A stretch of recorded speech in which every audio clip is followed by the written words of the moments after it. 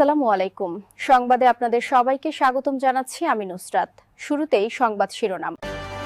নাটোরের লালপুর উপজেলার গোপালপুরে সাইদুর রহমান ৩২ নামের এক ব্যবসায়ীকে প্রাইভেট গাড়ি থেকে নামিয়ে গলা কেটে হত্যা করেছে দুর্বৃত্তরা। চাঁদাবাজি নিয়ে সামাজিক মাধ্যম ফেসবুকে লাইভ করার পর মোহাম্মদ আসাদুজ্জামান তুহিন নামে এক সাংবাদিককে কুপিয়ে ও গলা কেটে হত্যা করেছে দুর্বৃত্তরা। গতকাল বৃহস্পতিবার রাত ৮টার দিকে গাজীপুর মহানগরের চাঁদনা চৌরাস্তায় মসজিদ মার্কেটের সামনে এই ঘটনা ঘটে। এই ঘটনার সঙ্গে জড়িত থাকার সন্দেহে দুজনকে আটক করেছে পুলিশ। তদন্তের স্বার্থে তাদের নাম প্রকাশ করা হয়নি।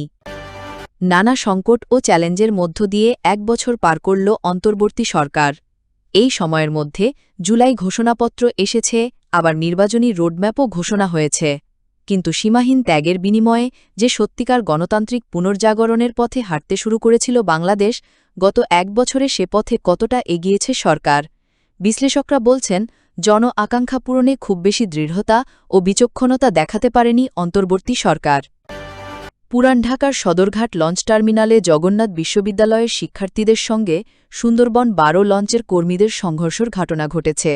এতে জগন্নাথ বিশ্ববিদ্যালয়, কবি নজরুল কলেজ এবং সোহরাবার্ডি কলেজের অন্তত ৯ জন শিক্ষার্থী আহত হন।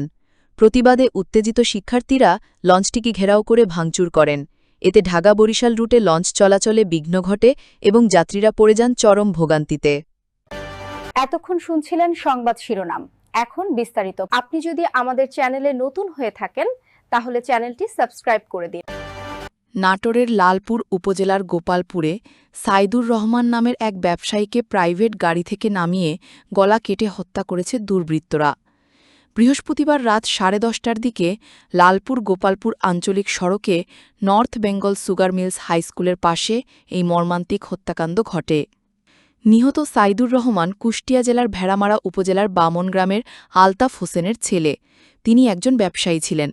স্থানীয়দের বরাত দিয়ে লালপুর থানা পুলিশ জানায়, রাতে ওই এলাকায় কয়েকজন দুর্বৃত্তের সঙ্গে এক যুবকের ধস্তাধস্তি হয়। এরপর হঠাৎ চিৎকার শুনে স্থানীয়রা ছুটে গিয়ে এক যুবককে গলাকাটা অবস্থায় রাস্তায় পড়ে থাকতে দেখেন। পরে পুলিশ ঘটনাস্থলে পৌঁছে মরদেহ উদ্ধার করে এবং নিহতের পরিচয় নিশ্চিত করে। লালপুর থানার ভারপ্রাপ্ত কর্মকর্তা ওসি মমিনুজ্জামান বলেন, প্রাথমিকভাবে ধারণা করা হচ্ছে সাইদুর রহমানকে গাড়ি থেকে নামিয়ে পরিকল্পিতভাবে গলা কেটে হত্যা করা হয়েছে। নিহতের মরদেহ লালপুর উপজেলা স্বাস্থ্য কমপ্লেক্সের মর্গে রাখা হয়েছে। হত্যাকাণ্ডের কারণ এবং এতে কারা জড়িত তা খুঁজে বের করতে তদন্ত শুরু করেছে পুলিশ। চাঁদাবাজি নিয়ে সামাজিক মাধ্যম ফেসবুকে লাইভ করার পর মোহাম্মদ আসাদুজ্জামান তুহিন নামে এক সাংবাদিককে কুপিয়ে ও গলা কেটে হত্যা করেছে দুর্বৃত্তরা। গতকাল বৃহস্পতিবার রাত ৮টার দিকে গাজীপুর মহানগরীর চান্দনা চৌরাস্তায় মসজিদ মার্কেটের সামনে এ ঘটনা ঘটে। এই ঘটনার সঙ্গে জড়িত থাকার সন্দেহে দুজনকে আটক করেছে পুলিশ। তদন্তের স্বার্থে তাদের নাম প্রকাশ করা হয়নি। সাংবাদিক নিহতের ঘটনার পরপরই গাজীপুর মেট্রোপলিটন পুলিশের ডিবি, সিআইডি, পিবিআইয়ের সদস্যরা ঘটনাস্থল পরিদর্শন করে বিভিন্ন আলামত সংগ্রহ করেছেন। এ বিষয়ে পরবর্তী আইনগত পদক্ষেপ চলমান রয়েছে।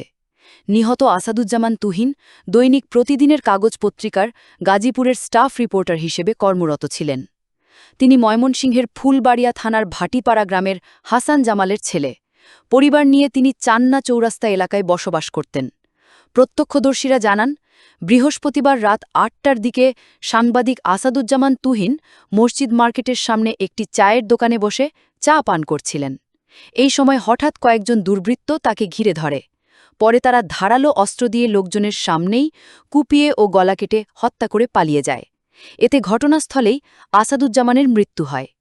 এর আগে চান্দনা চৌরাস্তা এলাকায় ফুটপাত ও দোকানপাট থেকে চাঁদাবাজি নিয়ে এদিন বিকালে লাইভ করেন সাংবাদিক আসাদুজ্জামান তুহিন। এরপর রাত ৮টার দিকে নিজ ফেসবুকে একটি ভিডিও পোস্ট করে লেখেন, যেমন খুশি তেমন রাস্তা পার হওয়ার দৃশ্য, গাজীপুর চৌরাস্তা। বিষয়টি নিশ্চিত করে বাসন থানার ভারপ্রাপ্ত কর্মকর্তা ওসি শাহিন খান বলেন, খবর পেয়ে পুলিশ মরদেহ উদ্ধার করে মর্গে পাঠিয়েছে। তবে কী কারণে এ খুনের ঘটনা ঘটেছে তা জানার চেষ্টা চলছে। রাষ্ট্রযন্ত্রের নিপীড়নের ভয় উপেক্ষা করে যে প্রত্যাশায় লাখো ছাত্র জনতার ঠিকানা রাজপথ হয়েছিল, তার প্রধান উদ্দেশ্য ছিল বৈষম্য বিলোপ। পরে তার রূপ নেয় স্বৈরাকারী শাসন ব্যবস্থার পতন ঘটিয়ে গণতান্ত্রিক প্রক্রিয়ার পুনঃপ্রতিষ্ঠা, ন্যায় বিচার ও রাষ্ট্র সংস্কার আন্দোলনে। এক নাজুক মুহূর্তে নানামুখী চ্যালেঞ্জের ভারকে সঙ্গী করে অন্তর্বর্তী সরকার যখন যাত্রা শুরু করে, তখন জনগণের প্রত্যাশার পারদ তুঙ্গে ছিল। পরে দেখা যায় ক্ষমতাচ্যুত স্বৈরাচারের নানামুখী ষড়যন্ত্র, মব সহিংসতা ও বিভিন্ন দাবি দাওয়ায় একরকম খাবি খেতে হয়েছে সরকারকে। যদিও অর্থনীতি সুবাতাস কিছুটা স্বস্তি দিয়েছে। সার্বিক বিচারে গত 1 বছরে সেই প্রত্যাশার সঙ্গে প্রাপ্তির বাস্তব সংযোগ কতটা হয়েছে, প্রশ্ন ছিল শিক্ষাবিদ এমেরিটাস অধ্যাপক সিরাজুল ইসলাম চৌধুরীর কাছে। এ ব্যাপারে তিনি বলেন, কিছু ব্যাপারে বেশ ভালো সাফল্য দেখি আমরা, যেটি প্রয়োজনীয় সাফল্য, যেমন অর্থনীতিতে, যেটি মূল জায়গা। তবে সমাজে যে বৈষম্য রয়েছে তা অন্তত কমানো, দূর করা তো সহজে যাবে না। সেই দায়িত্ব এ সরকার পালন করতে পারবে না।